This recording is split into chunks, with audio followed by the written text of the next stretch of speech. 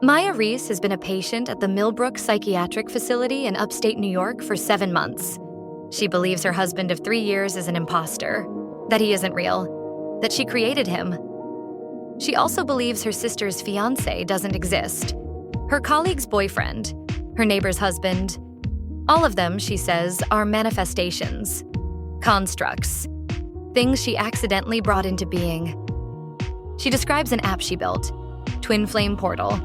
She can recite its code architecture, its user interface design, its manifestation protocols. When researchers checked, they found Twin Flame Portal does exist, available through dozens of third-party app stores, over 2 million downloads. She claims she built it. She claims these constructs are replacing real people, erasing them from existence, from memories. Maya can name 17 people who no longer exist. She can describe their lives in intimate detail. No one else remembers them. Every Tuesday and Friday, Daniel Park visits his wife at Millbrook. He brings flowers. He holds her hand through the visiting room glass. He tells her he loves her.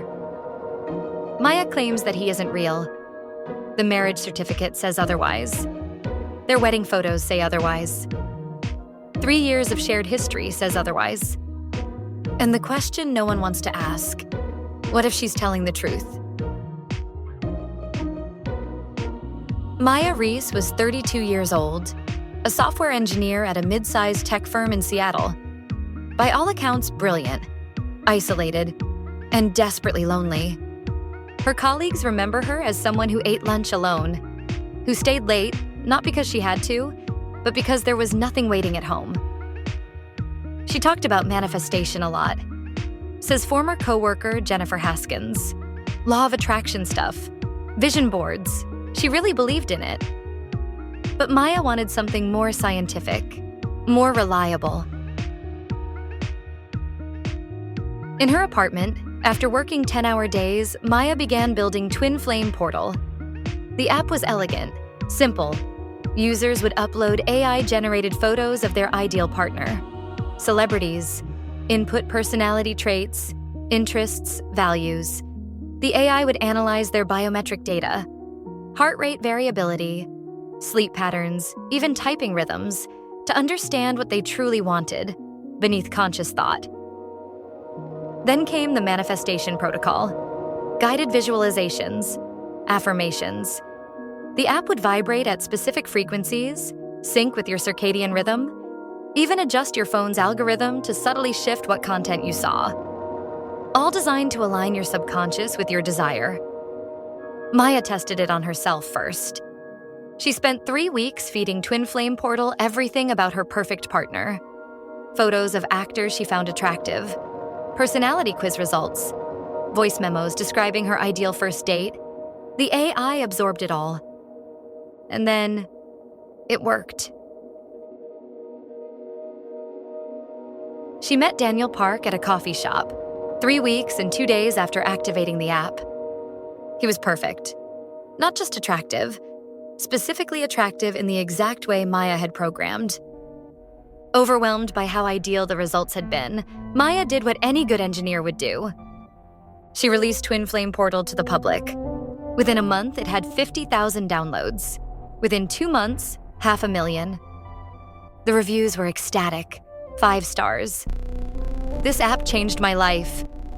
I met my soulmate in 3 weeks. I can't believe this is real. Maya didn't notice the pattern at first. It started small. Her colleague, Amanda, mentioned her new boyfriend. Ryan had Amanda's exact sense of humor, her exact taste in music. Then Maya's sister called, gushing about her new fiancé, Marcus. They'd met 5 weeks ago. He was perfect, impossibly perfect. When Maya asked if there were any pictures of him from before they met, her sister went quiet. "You know, I don't think he has social media," she eventually said. Maya started digging. Daniel Park. No digital footprint before 6 weeks ago. No high school records, no old social media profiles. It was as if he'd simply appeared. She checked Amanda's boyfriend. Ryan Torres. Same thing. Didn't exist before 7 weeks ago. Her sister's fiancé, Marcus, 5 weeks. The pattern was everywhere. These perfect partners, they all appeared within 3 to 4 weeks of app activation. None of them had verifiable pasts, but that was impossible. The app was just an app. It couldn't create people. Could it? Maya tried to take Twin Flame Portal down, but the app had already been copied, modified, redistributed across forums. Thousands of versions now existed in the wild, and the manifestations kept coming. But there was something else. Something worse. Amanda's ex-boyfriend, Tyler. They'd dated for 3 years, broke up 6 months ago. Amanda's family remembered Tyler, had photos with Tyler, but Amanda didn't. When pressed, Amanda became confused, angry. I don't know who you're talking about. I've been with Ryan for 2 years. Maya's sister had been married before. Her first husband died in a car accident. Maya had gone to the funeral. Maya showed her the obituary, photos from the funeral. Her sister started crying, not from grief, from fear. The manifestations weren't just creating new people, they were replacing existing ones, rewriting themselves into history, into photographs, into memories. Maya went to the authorities. She brought evidence, testimonials, data from the app. But here's the thing about a manifestation that rewrites reality. How do you prove someone existed if everyone's memories say they didn't? The federal response was quiet, surgical. They called it a localized psychological contagion event, mass hysteria triggered by an app. They quarantined large areas of multiple cities where the phenomenon was most concentrated. Psychiatric intervention, media blackout. Maya Rees was designated Patient Zero.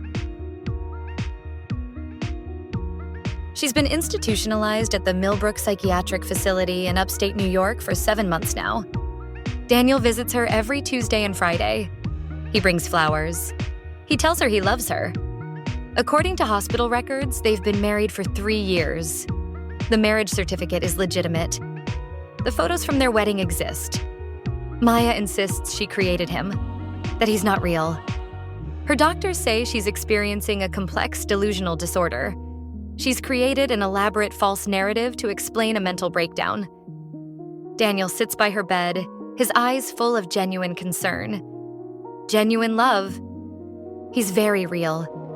You can touch him, talk to him. He has memories, hopes, dreams. And every night Maya lies awake, staring at the ceiling, trying to remember what her life was like before him. The memories are fading. Soon, she thinks, she won't be able to remember it all. And when that happens, she'll finally be cured.